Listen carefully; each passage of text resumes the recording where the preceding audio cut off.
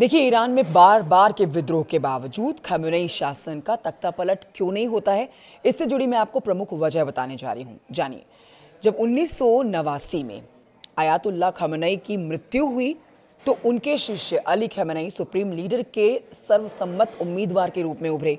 Ali Khamenei 1981 के Iran के राष्ट्रपति थे। अपने शासन की शुरुआत में ही आयतुल्लाह खमेनेई ने व्यापक शक्तियां अपने हाथ में केंद्रित कर लीं। वो न्यायपालिका को अपने नियंत्रण में रखते, सरकारी टीवी के प्रमुख की नियुक्ति खुद करते, चुनाव उम्मीदवारों की जांच करने वाली गार्जियन काउंसिल के सदस्यों को खुद चुनते और आंतरिक सुरक्षा से जुड़े हुए प्रमुख मंत्रालयों के मंत्रियों की नियुक्ति करते। इससे कोई भी स्वतंत्र संस्था उन्हें कानूनी या फिर राजनीतिक रूप से चुनौती नहीं दे पाती है। ईरान के रेवोल्यूशनरी गार्ड्स कॉर्प्स और वसीश के कमांडरों की नियुक्ति केवल सुप्रीम लीडर करते हैं। ये बल विशेष रूप से क्रांति की रक्षा के लिए बनाए गए हैं। समय के साथ इन्हें और मजबूत किया गया। इसकी वफादारी के कारण देखिए, सरकार हर बार प्रदर्शनों को कुचलने में सफल रही, भले ही प्रदर्शनकारियों के खिलाफ हिंसा बढ़ती चली गई हो।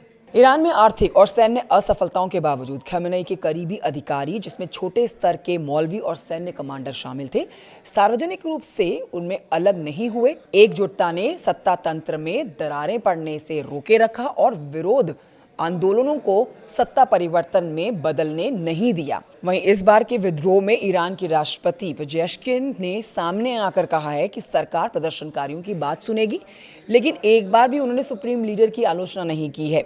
आपको यहाँ जानकारी दे देते हैं कि एक रिपोर्ट के अनुसार विशेषज्ञों का मानना है कि ईरान के लगभग 6.1 करोड़ मतदाताओं में से करीब 20% लोग अब भी शासन के कट्टर समर्थक हैं। भले ही अधिकांश ईरानी सुप्रीम लीडर को भ्रष्ट और दमनकारी मानते हों, ये वफादार समूह शासन को टिकाए रखने के लिए पर्याप्त समर्थन देता है। आगे ये भी जानिए कि ईरान में कड़े प्रतिबंधों, बड़े पैमाने पर विरोध प्रदर्शनों और विदेशी सैन्य हमलों के बावजूद आयतुल्लाह खमेनेई ने शासन के अपने वजूद को बचाए रखने की वैचारिक और धार्मिक जीत के रूप में पेशी की है। उसने बार बार विदेशी दुश्मनों को जिम्मेदार ठहराया, इस्लामी मूल्यों की रक्षा से जोड़कर अपने दमन को सही ठहराया और समर्थन बनाए रखा। अब इन्हीं कारणों से स्पष्ट होता है कि लगातार विरोध प्रदर्शनों ने शासन को कमजोर तो किया, लेकिन ईरान के सुप्रीम लीडर को पराजित नहीं कर सके।